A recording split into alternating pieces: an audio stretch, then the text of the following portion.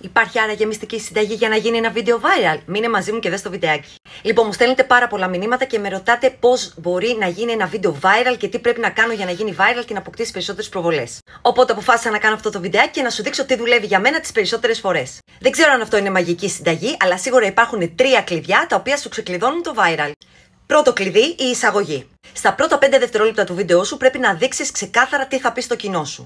Αν αυτός που το βλέπει τον ενδιαφέρει θα μείνει, αν όχι θα κάνει scroll και θα πάει στο επόμενο βίντεο. Δεύτερο κλειδί, δίνεις την υπόσχεση. Ουσιαστικά σε αυτό το δεύτερο μέρος του λες τι θα του μάθεις, τι θα του προσφέρει, τι θα του δείξεις σε αυτό το βίντεο. Και τρίτο κλειδί και πιο σημαντική, κάνεις delivery αυτής της υπόσχεσης. Δηλαδή στο τέλος του δείχνεις ακριβώς πώς να πετύχει αυτό που του υποσχέθηκες, χωρίς πολλά.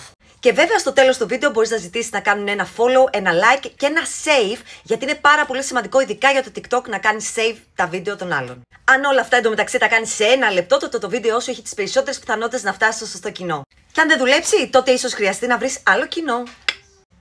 Αυτή είναι η δικιά μου συνταγή και ελπίζω να τη δοκιμάσεις και γράψτε μου στα σχόλια αν πέτυχε. Φιλάκια πολλά!